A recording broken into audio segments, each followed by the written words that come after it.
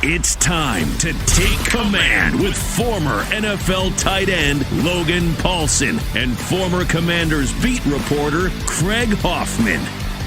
What's up? What's happening? It is a Tape Tuesday on Take Command, last one of the regular season, and then we are fully in playoff mode. Hope everybody's staying safe and staying warm. Snow day, Logan. How excited are you to just go have a snowball fight with your kids after we get done watching tape here? Yeah, man, I wish this snow day would have come on Wednesday because I work a lot on Monday and Tuesday, and then my weekend is later in the week. So kind of in and out yesterday with the kids on the snowball. That made my son and my daughter, man, they are so juiced. They love snow days. It's just like it's great. It's great. Are they old enough yet where you can actually fire away and you don't feel bad about it? Fire away? No, I don't think I'm ever going to be that. I don't know. I don't know if you got like a 13, 14-year-old, especially when your boy gets that old. Hey, he's a hockey player. Like you can fire away at that point. It is tough. I just get worried about hitting him in the face. Honestly, yeah. Like you can throw it hard, but like the face is always something that you're a little bit worried about, or I'm a little bit worried about. So if only you had like a football helmet, Yeah, football helmet, or that would actually be hilarious. You guys go out there and hockey and football helmets, snowball fight. That way the face is make sure you got like the face shield on. And you're good to go. No one gets hit in the eye. Right. All right, now I just solved Logan Paulsen's snowball fight issues. Watch out, Owen. Dad's watch coming. out. All right, let's get into the tape, and we will get to actually to the offense second today because a couple of reasons. One, I think just talking about the defense cohesively over the course of the game is going to be a little easier because there was no major personnel change, like, I don't know, a quarterback change. So there's a little bit more cohesive of a game flow, game script to talk about. Two, I think it's actually the more interesting side of the ball in a lot of ways going into this Tampa game against a Baker Mayfield-led offense that is terrific. He threw for 4,500 yards and 41 touchdowns this year. Mike Evans, somewhat famously now, 1,000 yards again. And Bucky Irving was also a 1,000-yard back. So figuring out where this defense is going into this playoff game against Tampa feels very important, and thus we are actually going to start with the defense today, Logan. And let's start, before we get to the red zone, where the Commanders were able to stand up time and time and time again and get stops. What happened between the 20s where the Cowboys were able to sustain some drives? Because it wasn't like there were a ton of big explosive plays. There was a couple in the pass game that we can talk about. But the longest run of the day, I believe, was 10 yards. But the Cowboys are also able to run enough plays that they run the ball 39 times for 150 yards, which on average is okay. But as Dan Quinn said, there are a bunch of like 5 and 6 yard runs that put the Cowboys in good position relative to the sticks, and thus they were able to sustain some offense with Trey Lance at quarterback, no CeeDee Lamb at wide receiver against the starting minus Marshawn Lattimore and Quan Martin Commanders defense. Yeah, no, I think it was a really interesting game to watch. I think we talked about this a little bit, kind of getting ready for the show. When you watch, again, this is so funny about defense. When you watch on a down-to-down basis, you're not like, this is terrible. It's pretty good. There's like some physical plays, guys playing hard, they're running the football, they're making kind of good vice tackles, all those types of things. But I will say, obviously I think there is something to be said about the explosive element that the Dallas offense had, which I was a little surprised about. The first drive, there's 2 explosive plays. I forget which drive it was, but Trey Lance has that play action pass where he holds the ball, kind of vacates the pocket, gets a big completion down the field. And I think that explosive element to the offense really, again, we've talked about this a ton on the show, is one of the lead drivers in kind of scoring points and getting offenses down into the red zone. I think that was a huge element. And then I think when you just look at the general rushing efficiency, that's something that I think is really interesting because everyone wants the magic bullet answer. And it's kind of like on the reverse, and we'll talk about this when we get to the offense, it's the same thing with the rushing offense, is it's complicated and nuanced, and there's kind of a different mistake every time. And so what I'd say is that was something that was a little bit surprising, right? Is you get guys playing a really effective, run on first down, and then second down they come back to the run, and somebody's just kind of playing back out of their gap, and it's a slight, and you're talking really a matter of 6 inches, but your hat is to the wrong side of the offensive lineman. There's a slight crease. The double team's able to get to the linebacker, and you're able to get a gain of 4. And that just happened like relatively consistently. And I think the important thing to note here is, like, people say, Logan, are you alarmed by that? And I'm not really alarmed by that, because one of the things that sticks out to me is, like, they do, you made this observation, which is great. Like, they do play light boxes. And what I mean light boxes, they play, so if there's 6 blockers, let's say hypothetically, in the blocking surface, so 5 offensive linemen and a tight end. Old school run stopping technique would be like, we're going to play 7 in the box, because you need 1 for every blocker and you need 1 for the runner. Now, kind of the thing that's in vogue for defenses is to play, if there's 6 blockers, we're playing 6 people in the box, and people have to get off a block to make a tackle. So that naturally is going to make you a little bit less effective at stopping the run. Compile that approach with kind of, hey, we're going to play lighter personnel, we're going to play dime, we're going to play nickel. That makes a lot of sense. You want to stop the pass. But combine that with guys sometimes not playing the right gap, sometimes not fitting blocks absolutely correctly. And it's so subtle. It's the linebacker fitting with the wrong shoulder on a run that leads to a gain of 4. And over the course of a game, those little mistakes compile to have, what is it? Would you say 38 carries, 36 carries for 39 carries total. Okay, there's a couple scrambles in there, but yeah. For 100 and whatever yards rushing. And like, it's because of the little kind of mistakes in terms of fitting the run, and coupled with the general defensive philosophy when it comes to stopping the run that Joe Wood Jr. has. Yeah, and just to kind of put some numbers behind that, the Commanders are 3rd in the NFL in playing the run with light boxes, behind just Philly, who obviously Vic Fangio is kind of the godfather of that style of defense, and really taking that philosophy to its maximum. And as numerical proof, they play light boxes 68.5% of the time. The Cardinals are second at 58.7%, so basically 10% more often Philly than the next highest team. And they're both like fit like kind of the same defensive tree guys. You know what I mean? Like it's Gannon out there in Arizona. Yeah. Washington is 3rd at 57.6. And just to illuminate the Philly point, you'd have to get all the way down to 10th and Seattle at 48.6 to drop another 10%. So the difference in 1 and 2 is the same between 2 and 10 on the rankings. So Philly is just in a league of its own. But I think you do see that sometimes, right? Like there are times, especially in this game, because the Cowboys, more than any team I can remember, certainly in the last couple of weeks where I've been charting personnel literally every snap, they played more 12 and certainly more 21. Like they used their fullback quite a bit in this game. Quite a bit. We're talking like 80-ish offensive snaps, probably 7 or 8 snaps, but that's a lot compared to other teams that use it once. And you can see where Noah is having to basically play a role that if it was a base defense, it's a linebacker, or Chin much more often is in that spot. And while Chin is a great run player and Noah's super physical, like that's a harder deal. That's not why those guys are necessarily, especially Noah, on the field. And teams were able, Dallas specifically, attacked that a couple of times. I think the good news, though, is because you have so much speed on the field and you have these athletic guys that are able to, even on the D line, that are able to slip a block. They might be slipping a block and tackling a guy in the hole for 4 yards, but at least in this game, they were able to prevent the explosives. They were able to prevent the big one. But I thought that was the interesting thing that Quinn talked about yesterday, Monday, in the press conference, where he's like, this wasn't like Chicago or Philadelphia where we were really, really good and then we gave up huge explosives. Or in Philly's case, they gave up a bunch of explosives and then were really, really good.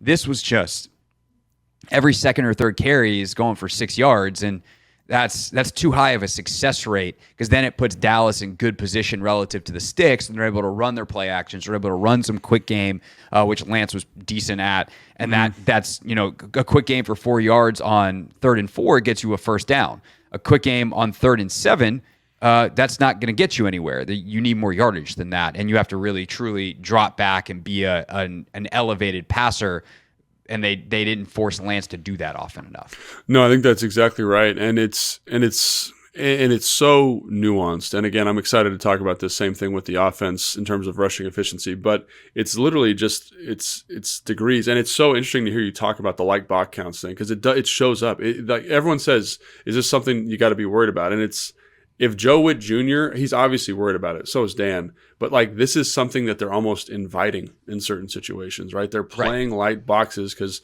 the thing that hurts you in the NFL is the explosive play, the explosive pass play down the field. And I think the one thing that if I was going to be critical of this is I'd say that they just, when you play this type of defense with the light box, you got to be super locked in terms of how you're fitting runs.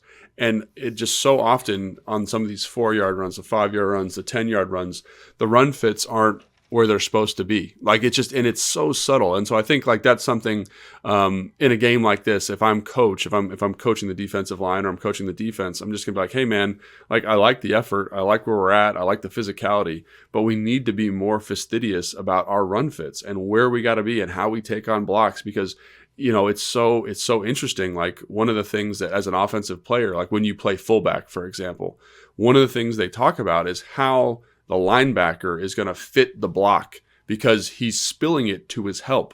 So you're actually trying to block him in a way that prevents him from hitting you. So for example, like if I'm running like ISO lead, right? And he attacks my inside shoulder, he's fitting it to a safety who's coming downhill on the outside, right?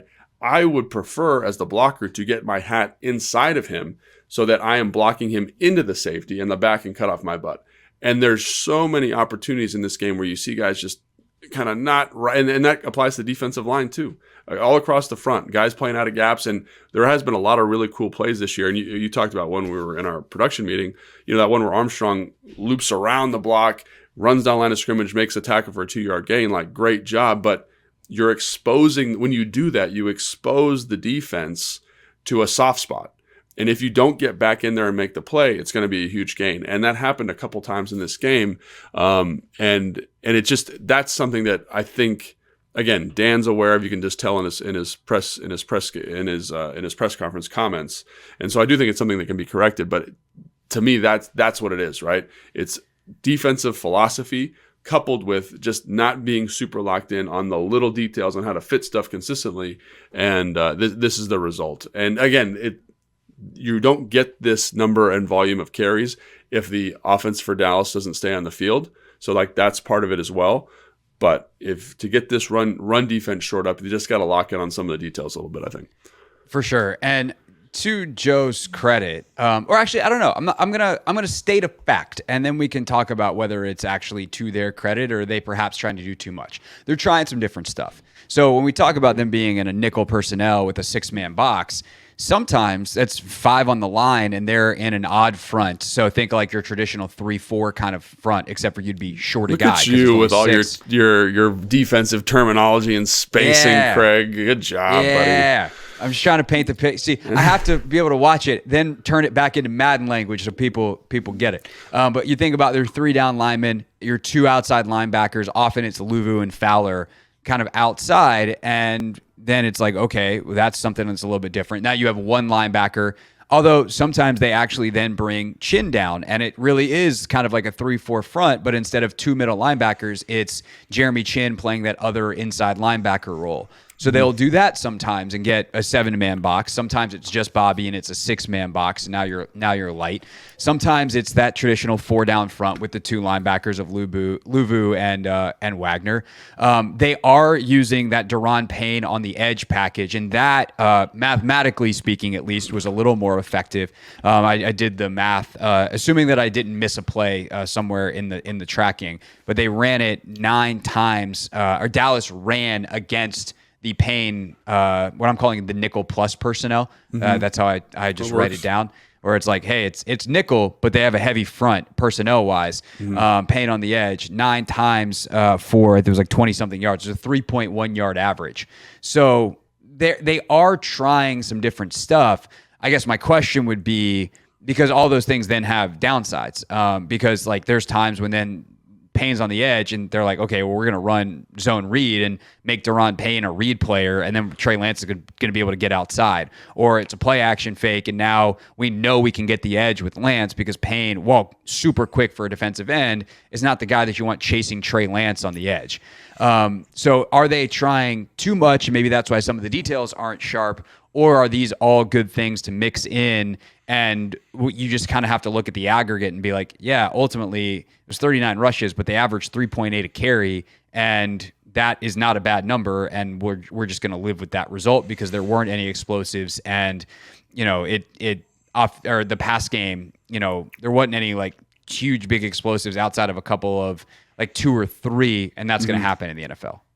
Yeah, no, 100%. I think I would probably say that I like that they're trying different stuff. I think it's good to get different pitches to the offensive line. And so what I mean by that is like you just present different bodies, right? So like when Holmes is in, like he has a couple pressures in this game, which I don't really think of him as being like a great pass rusher necessarily, but this tackle, the left tackle has prepped Fowler, he's prepped Armstrong, and those guys kind of rush in a very similar way. And then obviously you get Holmes in there, who's kind of a power rusher. He's got to sit the bull. He's able to chop the outside arm and get 2 pressures. And so I think when you can just throw different people at the offensive line, they just have more prep to do, and it makes it harder for them.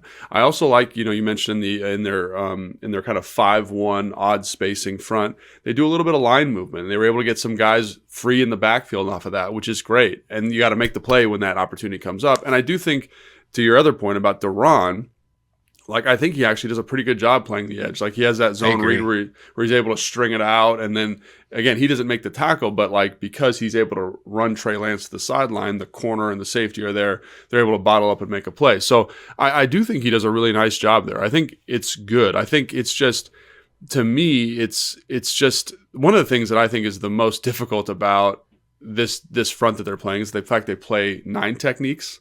And so when I look at the spacing of the defense, like if I'm running away from that, I can block out on you and we get a natural crease. And if we're running to you, we get a natural crease if you get vertically up the field. So that's one thing that sticks out to me. And again, and just real quick, because we're going to try to do our best to turn it back into layman's terms instead of just throwing a bunch of numbers. A 9 technique, you're playing outside of the tight end. So there are times where like Daron Payne is literally lined up outside the outside shoulder of the tight end. And like, that I don't love. That I'm like, I mean, I guess it's their defense and it is what it is, but I'm like, what's Daron Payne doing all the way out there?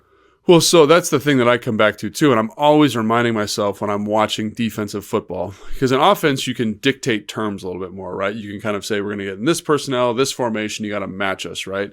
On defense, you can't take away everything, right? So when I play a 9, I can set a hard edge, right? So I can force it back to the interior. If I'm playing a 6 technique or kind of head up over the tight end, I now have a soft edge. So, when Dan was in Seattle, like they played a lot of true 6 technique and they had this big kind of defensive tackle type body type there. The problem was like before they adjusted their defense and evolved and then brought a safety to the line of scrimmage, there was nobody there kind of to force it. You're kind of relying on this big guy to stretch it and force it from inside out. But if you get a good tight end, like, Fred Davis was excellent at this. I had a pretty good career doing this. Like you can dent that edge. Like you're just running on the perimeter and you're asking a guy to force it who's a corner or a safety. So like there are pluses and minuses to moving that spacing around. I think it's just kind of helping those guys understand that, again, Duran's new to this, but like when you are setting a physical edge on the tight end and you get up the field, you might not be creating a horizontal seam, but you're creating a vertical seam, which the offense can then take advantage of. And I will say, to Dallas's credit, they ran this play called Wendy is what they used to call it in Kyle Shanahan's offense, where the tight end is lined up to that and you get the 9 technique. And instead of having the tight end block out on the 9, which makes it feel like run, you release him vertically to the linebacker, and then it feels like pass. So then Daron Payne starts rushing the passer, and the tackle is able to widen him out because you're getting a different look. So there are schematic things that you can do differently, but also like there's pluses and minuses to both. So I think it comes down to just playing the techniques with a little bit more consistency. And I do think it's great that they have different pitches, different people, different fronts they can throw at offenses. Because I'll tell you, that is a pain in the butt. Like when you are in an offense, because you have to ID who's who, right? Because there are times, like for example, where Jeremy Chinn's like the Sam linebacker on the ball. He's the force player. There's also times where he's in the box as a middle linebacker. There's also times where Dorrance Armstrong is bumped down to a 3 technique and Frankie Louva's on the edge. Those are all good things. But when we do that, we got to make sure we're still fitting the runs correctly. And again, we're talking a matter in some of these runs of 6 inches, right? It's not a huge deal, but like just making sure we're on that level of kind of like urgency to get that fit, get that done. Certainly won't be hard for Joe Witt and company to get their attention in the meetings this week. Like, hey, everybody, this is Bucky Irving. He's run for 1,000 yards. This is Tristan Wirfs. He's one of the best left tackles in the league. But we'll talk more about that on Thursday.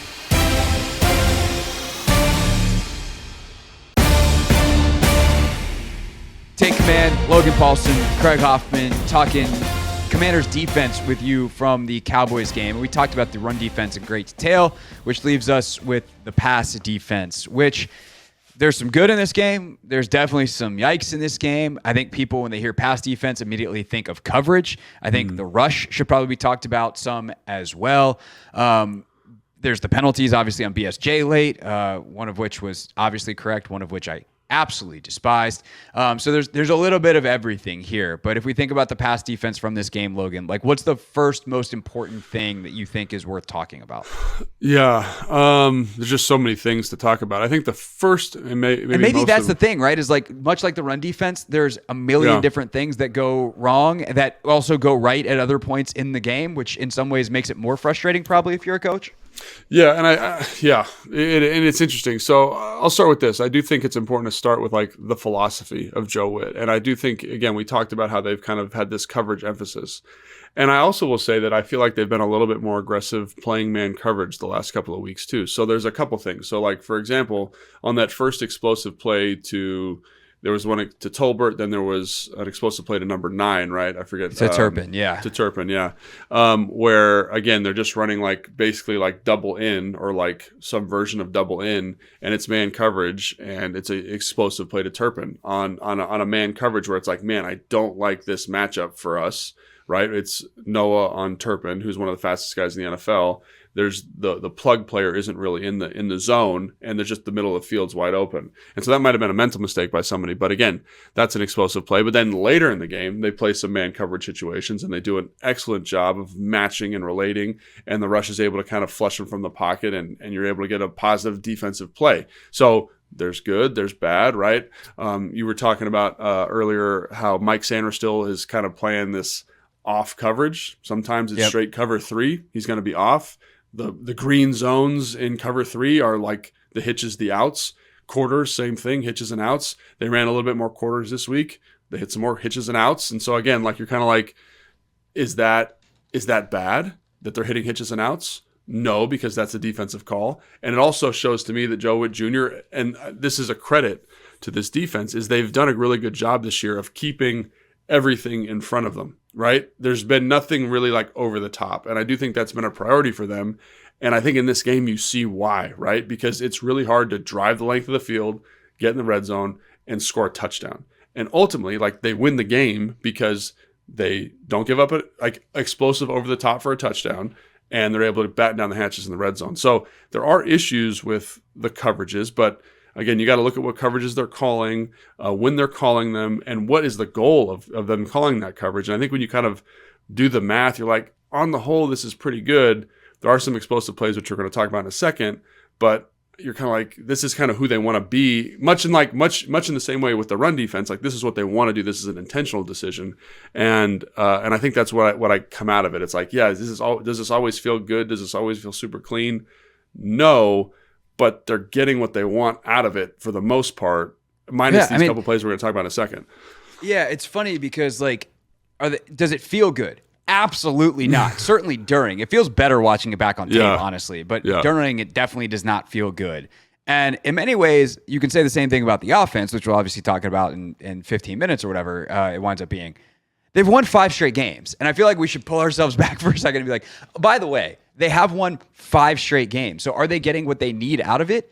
Yes. Do we want to see the performance better? Yes. Is that us being obnoxious, unrealistic media snobs? No. Dan also has echoed that sentiment, and Cliff and Joe have echoed that sentiment. So this is not like we're making this up and being hard for the sake of being hard and grading on some absurd curve here. We really are just trying to figure out, like, okay, how can this be more solid when the stakes rise in the playoffs? Because now we're in the playoffs and they're about to go against this Tampa offense that is ridiculously explosive. So if we run through the explosive plays real quick, I'm going to try to flip as quickly as I can through my notes. The first one is the one we just talked about, 10:52 to go in the first quarter. It's like a cover one plug situation. The plugger, I don't know where the plugger goes. I think Percy's a little late here too, because Noah falls down and all of a sudden Turpin's running. And I think Percy could probably jump that a little bit faster. This is the boot, right? This is the boot to the left, or is this the spin? Because there was two in the first quarter that were like kind of gnarly. Like the one where Noah falls down is the boot, where they kind of like fake it. It's 3rd and 6, right? Is that the one you're thinking of there? No, this one's a 1st and 10. Yeah. Okay, so that's the spin. Yeah. Okay. Go ahead. Yeah, and so and this is one where like, you know, again, like does Percy do anything quote unquote wrong? No. Does Quan probably have a little faster recognition and maybe is able to, I don't know if he has a huge hit and is able to get there fast enough. Like it's pretty open because Noah trips and falls down, and that happens in football, unfortunately. Yeah. But it maybe could have been 25 instead of 33, which would have been nice. But yeah, there's that. The next big explosive play that I have written down is... This is good podcasting, Logan. Just flipping through the notes, trying to find where a big number is. I got the third quarter, the one where... Actually, this is one I wanted to talk about because I think it also illustrates a bigger thing that we see pop up on some almost big plays that don't happen, is they run a shallow cross with Jalen Tolbert out of a bunch.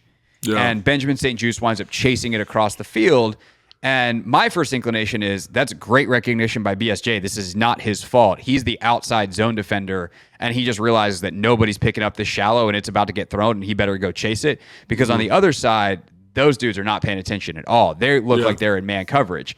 And so I'm like, wait, that doesn't add up. So between the communication out of the bunch and the kind of the coverage call there of maybe something doesn't get communicated quite right all the way across the board, what do we think happened here, and are there other examples in this game where this also seems to happen? Yeah, I think that's a really good example. And that's one of the ones that makes me, I don't know, like nervous is the right word. Or it's like we're not, in the same way that we're kind of fudging details in the run game, we're kind of fudging details in the pass game. So that looks to me like it's some type of match, right? And so match is like this nebulous coverage. But basically think like man, but we're like kind of zoning stuff off. So like, for example, if we're in a bunch, like that's the easiest way to describe. So there's 3 guys in the bunch. There's 3 defenders, right?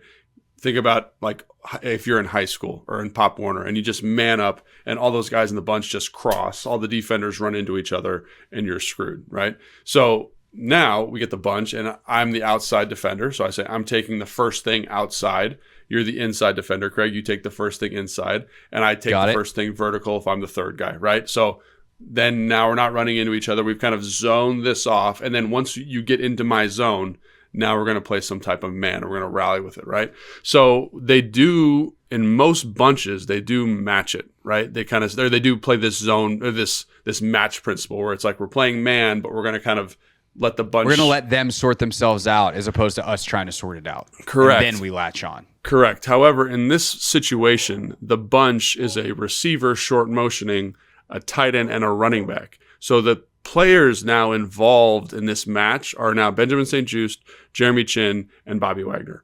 So usually when those 3 people are involved, you don't play the match. You just play straight man.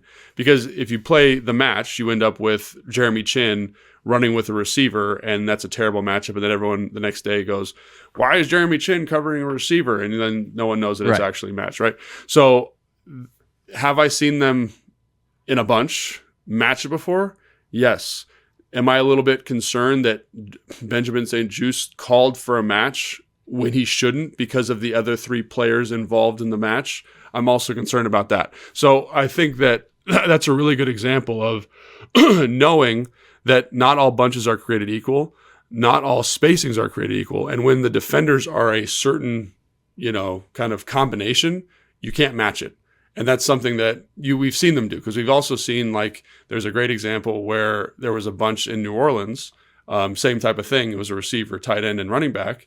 And Marshawn Lattimore just knows immediately that he can't match it and just runs with the shallow and makes the tackle. Or he's in great coverage. So that's one where it's like, talking about coverages in the NFL are really hard because everyone treats those a little bit differently. And even this team treats those differently depending on the personnel involved. So it just, to me, I think the bigger iteration here is that whatever it was not communicated well between the three people involved.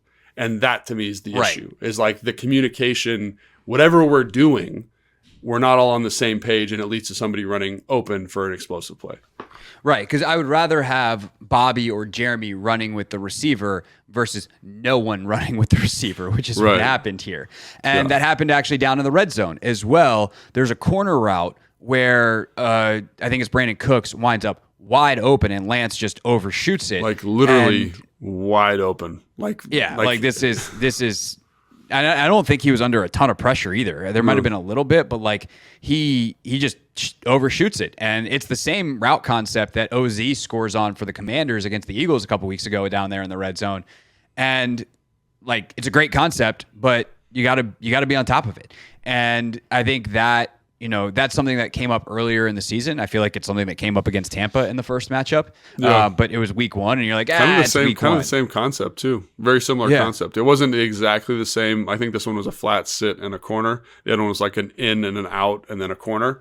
But still, the same thing happens, right? You end up with a dude running wide open down the field, and again, they're in kind of a match situation here, at least to my eye, the way they play it. And again, I could be completely wrong. They could be calling something different, but it looks like a match. And I will say that specific distribution of receivers is really hard on match concepts anyway, because let's say, for example, there's a flat player, right? So I take the first thing to the flat. If I'm BSJ, I now have number 2 who runs right at me and then sits down. So I feel like it's declared, but actually the corner behind me is now number 2 and actually in some cases moving to number 3. So the thing about match is like once you enter my zone, we're now playing man. However, this is one where it's kind of a late distributing concept. There's 2 guys in my zone. I got one of them. Yeah, Someone else please get the other guy. And if you think about the touchdown OZ had versus Philadelphia, it's exactly this concept because it really screws up match. So like maybe this is just a good offensive call versus match coverage in the red zone, or it's a miscommunication, or I'm too aggressive to my match responsibilities. So there's a lot of things that could be happening here. But to your point, it's not good to have dudes running wide open down the field. And if it is match, then the player who's matching him is actually Derek Forrest, who to me, in a 3-by-1, should be playing towards the bunch if you're a match defender. Now, is it true match? I have no idea. So that's where it's like, whose responsibility is this actually? But whatever the situation is, we didn't get it communicated effectively and we're not playing it effectively. So I think that when you see those moments, it's like, it could be 10 different things, but the underlying issue is that it's not being communicated or executed the way that I'm sure Joe Witt Jr. wants it to be executed. The one way that we know they got it right is they get it right. Like, yes. it's other than that, like, it's hard to know who messed up because someone has messed up and it could be this thing or that thing or this thing. And frankly, like, there could be a time where they make it right, where they actually mess it up, but they communicate it after the snap and get it figured out and sorted. But, and that technically is correct, even if it's not how you would have drawn it up initially on paper. But I think that's the thing to know is, like, sometimes if we sound really wishy-washy and it's like, whose fault is it? We want a head on a stick. It's like, I don't know. I mean, the only person I had a conversation with a defensive coordinator last year, and I was like, hey, this was not for the Commanders, but I was like, hey, like, how do I know the differences between like a match zone, straight match, when you're in zone coverage and you're matching the backside but playing zone to the front side? He's like, honestly, we don't know until, like, if you're watching the film. Sometimes I have a hard time knowing until I go talk to the players or I go look at the call sheet and remember what calls were in. And then I'm like, oh, these are the rules for that defense, because they all look so similar. And when he said that, I was like, oh my God. So, like, for me to make a declarative statement about who is wrong without knowing the rules is unfair to the guys. The point is, someone was wrong. They didn't get it communicated effectively and they didn't execute it correctly. And that is something that pops up every once in a while. And I know Benjamin St. Juste seems to be at the genesis of some of that stuff. So is he not getting it because he hasn't had the reps, or they didn't get it communicated, or he's not used to working with these people? Whatever it is, let's make sure that gets cleaned up, because in the playoffs, like, Baker Mayfield's going to hit that for a touchdown like he did week 1. Right, for sure. I've told this story before too, but I think it's a fun illustration. It's a throwback to less fun times in a way that we can laugh at now. But I remember there was a play where like there was a running back check down that goes for a huge gain on Mason Foster back in the day when Mason was here. And I asked Mason during the week, I was like, what happened on that? He's like, why? He was like, we had a green dog blitz, which a green dog is like basically if your guy stays in and blocks, then you blitz. And it was like a 3-on-2 situation. So they were going to have a free blitzer. And Mason's guy stayed in to block. The running back did not stay in to block. That was DJ Swearinger's guy. DJ blitzed anyway. Mason saw it and was like, oh, hell. And he goes and chases. And now he looks like he's slow. His recognition is bad. Mason's a linebacker, and he was a bigger linebacker, so he didn't always look the fastest when he was out there sprinting. And he looks like an idiot. And everyone's yelling about how he screwed up and blah, blah, blah. And it's this huge explosive play. And he's covering for his teammate who was selfish and made a dumb play. Dude, and that stuff happens on defense. I would say on bad defenses a lot. Luckily, it doesn't happen a ton here, but I'm sure that happened to you as a blocker sometimes. We're like, yeah, I look like an asshole blocking this guy because I've got a terrible angle because that wasn't my guy, but I just saw color and tried to hit it because my guy's getting blocked by the tackle because he didn't know his assignment. I'm sure that never happened to you here because your tackle was Trent Williams. But yeah, he's awesome. But it just made me think of when I was in Chicago, right? We had a protection where the offensive line and the tight end had the 4 down and the 3 linebackers. And if any nickel player were to blitz, no matter where they came from, the back would have them. And so I have this one where it's a line stunt, right? So like the defensive end loops inside the tackle. So my eyes go to the mic. And then the safety blitzes. So I'm standing there. My eyes are on my responsibility. And the safety ends up getting a sack because the back doesn't see him. And he goes in and he runs his route. And so in the paper the next day, I was getting absolutely crucified because it's like, why didn't Logan block the safety? And it's like, that wasn't my job. You know what I mean? Like my eyes are not even over there; they're over here because I got to block. You have to trust that the guy behind you is going to do his job. Because, like I said, for example, I'm like, oh, the safety's blitzing, and then I go block him, and the mic blitzes, and I'm the asshole now. So, and I remember I talked to a reporter about it, and he's like, "What happened on the blitz?" And I was like, "Well, technically, that's not my guy." And he's like, "Well, I'm going to write a story about that." And I'm like, "For what? Like, it doesn't matter if you write a story about it because, like, just because I want to look good, like, it's about protecting the team and all that stuff." And I think that's the thing that these guys on defense would do too. They're not. This information's never going to come out because you don't want your buddy to look like an asshole, right? In that story, like, I'm not sure you reported that. Like, you didn't write, like, a thing about how DJ Swearinger's messing stuff up or whatever. It's just, like, information that gives you context. And I think that's what this whole conversation's about, is with defense, that level of understanding is 10 times worse. It's 10 times more difficult because it is such a fluid situation. So, again, back to the original point. Sometimes we don't know. Something's wrong. It's one of these people. They got to get it communicated. They got to execute it better. That said, their final drive of the game, they get off the field very well. They run, by the way, the pain and edge personnel there and get the run stops barely. And they actually, ironically enough, the final offensive play for Dallas is a zone read where Washington calls the same exact call that Dallas calls on 4th and 1. Right. Where Mariota runs for 33 yards. Luvu executes it and Chin execute it perfectly where Cleveland Ferrell crashes, destroys the running back, causing Trey Lance to pull it. Luvu scrapes over the top. Chin gets inside the DB. Bang, they get a stop. I made a TikTok/Instagram reel about this, Logan, and put this up yesterday on the Marcus run where you have Micah Parsons crash, destroy the running back. Then the linebacker who scrapes over the top takes a terrible angle on Marcus. Marcus escapes. And the best part is the safety, Malik Hooker, as we're about to start talking about the offense anyway, Malik Hooker is celebrating because he thinks Parsons made a tackle for loss. And then he realizes when Marcus is 15 yards down the field that Marcus has the ball and he's got to go make a tackle. Very funny. It's on TikTok/Instagram at Hoffman.sports. My TikTok's just my name. If you want to go watch the All-22 and have a good chuckle with that.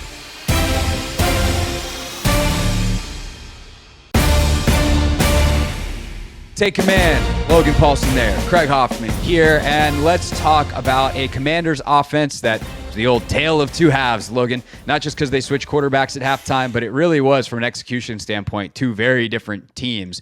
But upon further review, upon watching it on tape, like there were a ton of opportunities in the first half for Jaden Daniels, and he just wasn't able to hit them with the efficiency and the efficacy that he has this year. When you watched this first half offensively, what are some of the things that stood out to you about why they just could not get going?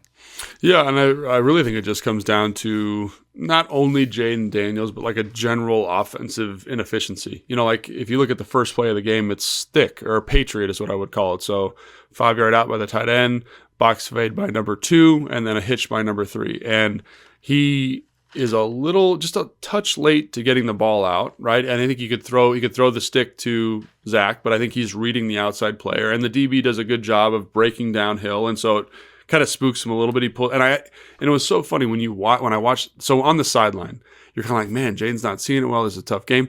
And actually, when I went back and watched it, I was like, he's actually seeing it fine. You know, it's just like he's seeing it fine. And again, like in that situation, you're trying to get the ball to the hitch. You think you read the coverage a certain way. The DB's breaking on the hitch. You get a little bit nervous because it's a long throw. It's from the far hash. So you pull it down. And again, you get a sack. Micah Parsons does a great job. But to me, that was I think that's the perfect play to like encapsulate his day, so to speak, right? It's the ball. I know where the ball should go. In some cases, I'm throwing the ball where it should go, but I just missed the throw. And I'm not missing it like dramatically. I'm missing it by inches in some cases. Tons of balls off receivers' hands in this game. And I think that was the thing. Like in the next drive, for example, it's 2nd and 15. They run this like pass 15 Willie. So it's like basically 12 personnel. The tight ends stay in. You get max protection, big play action fake. Terry gets a little bit bogged down on the release. Kind of there's some traffic, but he gets through. And Jaden, I think to me, like layers this perfect ball to space. And you're like, wow, what a read, what a throw. And it's just outside the fingertips of Terry McLaurin. And that was the whole day. Like that was the whole day, right? There was a hitch that was a little high for Terry. There was a comeback that was a little high for Terry. And on the review, I was like, actually, the ball is going to the right person. He's pulling it down when he should. It's just we're not getting these completions that have characterized his success throughout the season. Like we talk about him being so incredibly efficient, and then all of a sudden the efficiency's down for him, and the offense doesn't look as good. And I think that's the problem. And maybe a bigger picture problem heading into the playoffs, and we'll talk about this with the run game in a second, but like when you don't have something else to go to and you're solely reliant on that quarterback position to be excellent, this is kind of what can happen, right? When we don't have the rushing efficiency, when the pass game's not there, and Superman doesn't have his cape on, and he's just a normal quarterback for the first half of a game, like this is the result. Yeah, I think that's...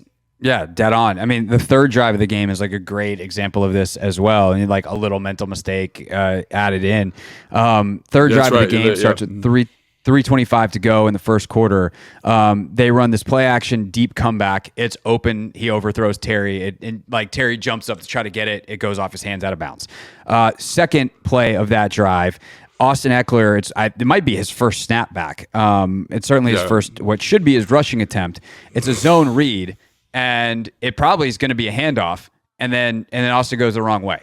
So Jaden very smartly is like, well, if the read was that the running back should have gotten the ball, I'm going to go where the running back was supposed to go. And he actually picks up 5 yards on what for most people would be like a -4. And then on the next play, it's 3rd and 5, and he's picking his matchup. They run slants, 3 of them on the same side of the field, and a 3-by-1, and he misses Terry barely on the slant. And that's a 3 and out where you have 2 good reads, and he actually makes a good play on a mental mistake by a teammate, and instead it winds up in 3 and out. And like that's in many ways the story of the first half is just a lot of silly things that happen in the run game mixed with good decisions that are poorly executed in the pass game. Yeah, and I think that's a perfect iteration. I mean, and then you go to the next drive, it's kind of the same thing. There's just his drives were all like that, right? It was like he has a completion on an RPO, which was great. There's a run for no gain. It's 2nd and 10, he takes a sack, and then 3rd and 10, there's kind of a pseudo drop. Again, it would have been a tough catch, but like that's the drive. So like you can't like in the same way we talk about defense having negative plays and then a couple greens in specific high leverage moments. The offense should look the other way. You got to have a lot of greens and only a couple of reds.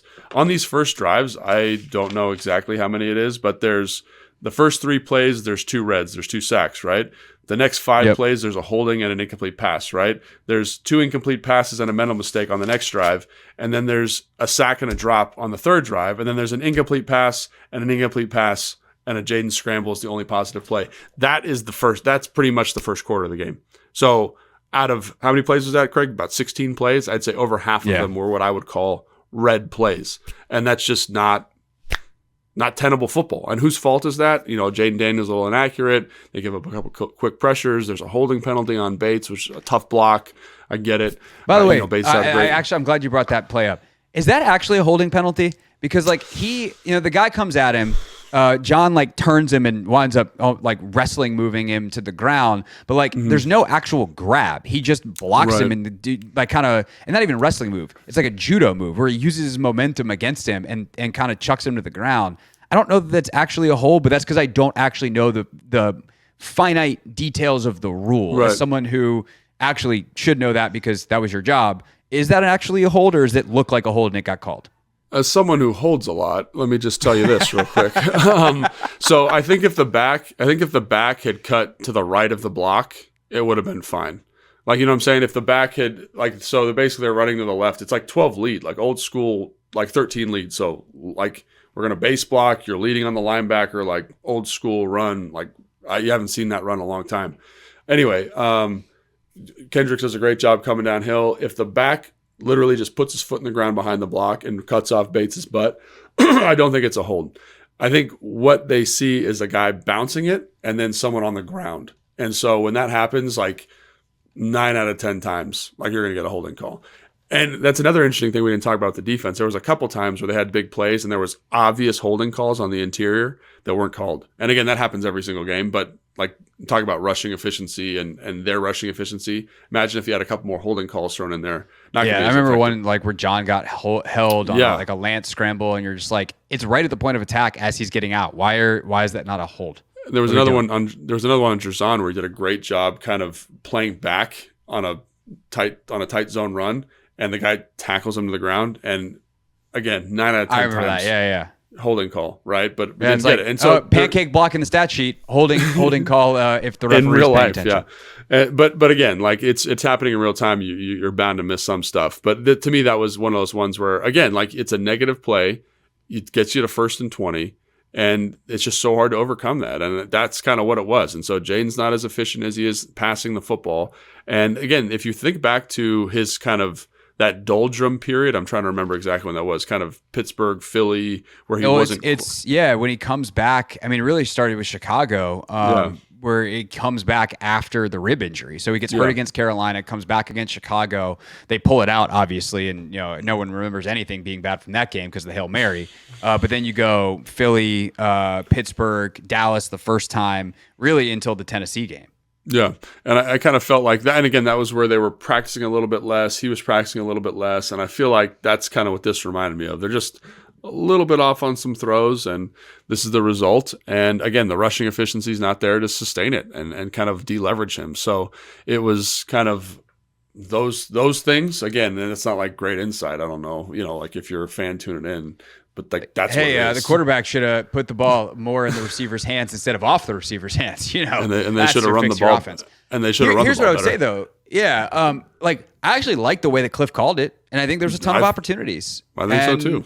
I think that's encouraging in a lot of ways. There are some guys open, and there's a couple of missed reads, I think, from Jaden, or things where at the very least he maybe stays on a receiver a little too long. There's one where he's really staring down Terry and he's got Ertz open over the middle, and you're just get to Zach. Just throw it there. I think I remember that one.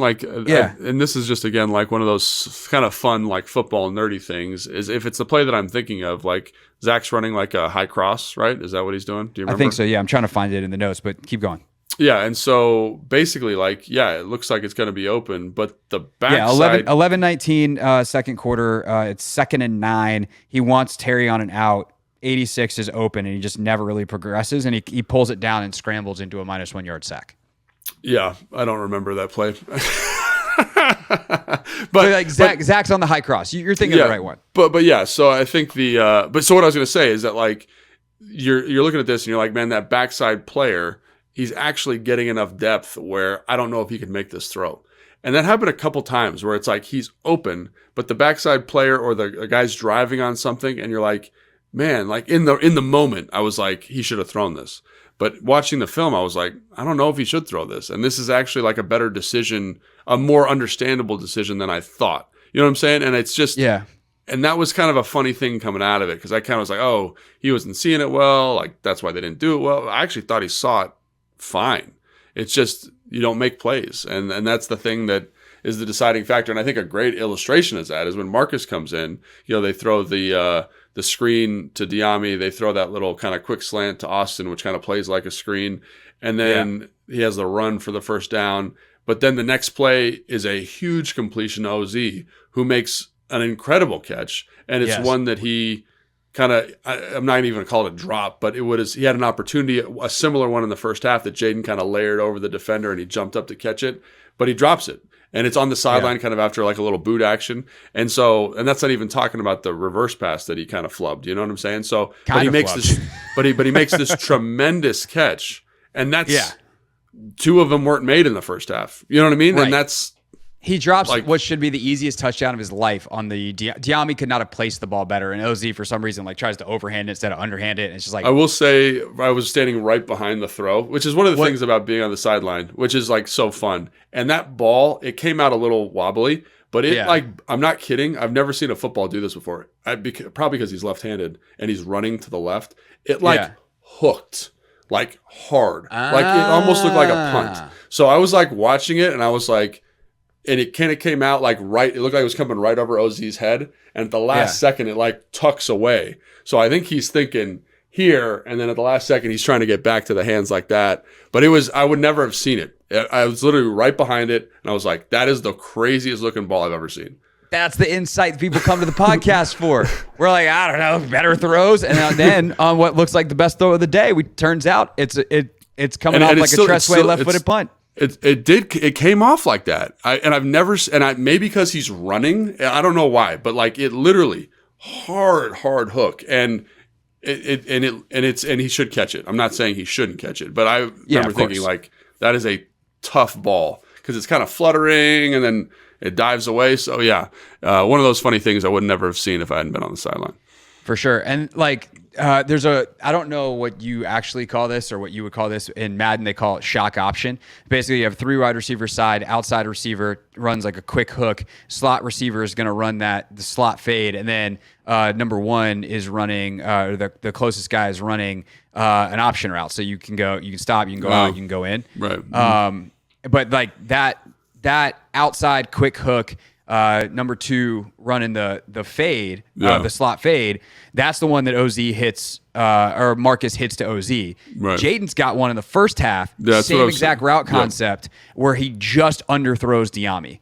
And like, it's not a bad throw. Diami's gets hands on it, but like it's contested and it's knocked away. Yeah, really good nice play by the defender, DB. Actually. Yeah. But like, if Jaden can get that, we're out where Diami can run under it. Like that thing's a touchdown. And like, it's the difference of a yard / the receiver making a hell of a play on one and not being able to make a hell of a play on another. But like that in many ways, I think was the difference. Was Marcus operated in the second half with like this great precision on a lot of throws, and guys made a couple of plays that were dropped in the first half, either by Jaden or on a left-footed arm punt by Diami. That was actually a crazy. But I think that's a great point because Terry drops a slant. Like Terry never drops a slant, and it's a little overthrown. It's in a tough spot. Dude, but then some of the catches Terry made in the second half, oh my god, incredible! I was just about to talk about that. So like, it's a slant. I think it's on like a 3rd and 4. Yes, and the ball is down behind him and away, and I've seen that ball. And dropped. He gets hit while he catches it. I've seen that ball dropped probably, I don't know, 9 out of 10 times, 19 out of 20 times. And he just makes a tremendous catch. And then there's that long dig that Marcus throws to him where he like dives in front of the receiver, the DB as he's making the catch. So my point is that play was ridiculous. I'm like, how did Terry, like if that both happened of those catches were crazy.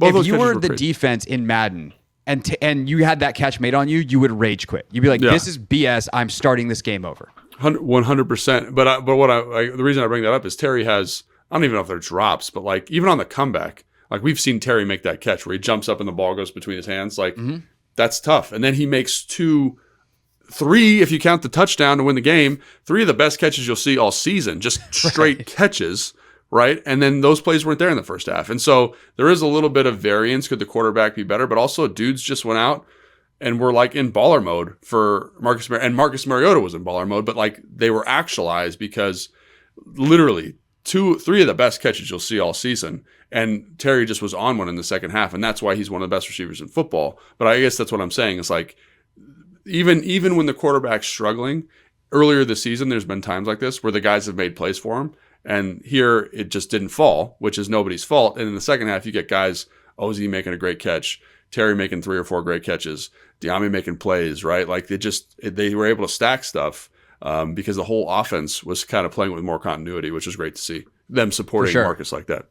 For sure. Okay, the part, I'll try to think of something happy to end on. But while we do that, let's talk about the run game real quick to wrap things up. Not to end on a sour note, but the running back run game is not looking good right now. And there's a couple nice carries in the game. I think Austin had a couple. And like the thing that stuck out to me on those carries is he's really decisive. And there's a trust level of like, the play's going to work. I'm going to run hard where I'm supposed to.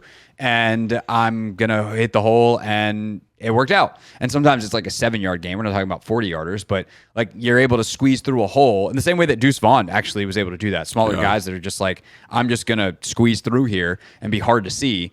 And you get to the third level and your safety comes down and tackles you for 7 yards. Sick. That's a successful run. Take that any day of the week. Where B-Rob, I feel like at times doesn't quite trust it as much. But what are you seeing in the run game, both from the backs, but I think also obviously they're just not getting a ton of movement up front. And so these times where Dallas is getting 4-yard gains that look like no gain, and then you realize the line of scrimmage has been moved 4 yards. Washington's are actually no gains or gains of 2. Yeah, so again, like stopping the run, running the football is complicated and nuanced, and I say this every week, but it's an important point, right? So on the first carry of the game, I think they missed target the run, right? Who is it? Dallas brings like a little run stunt. They kind of get bogged up in it. They should be taking the combination, I think, all the way to the front side player in the box. They don't. It's really messy. B-Rob, there's nowhere for him to run, really. There's the holding call that Bates has on one of the second runs of the game. Again, you can't make that work. But also I feel like as much as the blocking surface has their issues, there are times where it's blocked up okay. And B-Rob, like you said, doesn't trust it, where he's trying to like bounce it on a zone read, for example. There's a time where it's like get downhill, trust that double team's going to get there and just hit it. And it's not going to be a huge play, but it's 3 or 4 yards as opposed to a net gain of 0. And so instead, he like runs to darkness and gets tackled for 0 yards. So there's one where he screws it up. Then the next play, he trusts it, and the double team gets split, and he gets tackled for a 0-yard gain. So like everyone, it's not B-Rob, right? It's not the offensive line. It's like they're kind of just not on the same page. And I think that's something that that is going to be interesting to watch if they can kind of find that continuity. Because we've seen them at moments, like in the Atlanta game, I thought they did a good job getting back to some of the stuff that worked for them.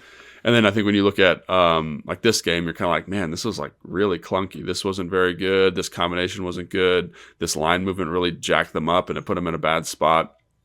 They ran bounce, excuse me, where B-Rob ran for like basically, or it was a holding call on somebody, and B-Rob basically ran for like no yards. But because of how they're running it, he's an offset gun, right? They're running to the tight end.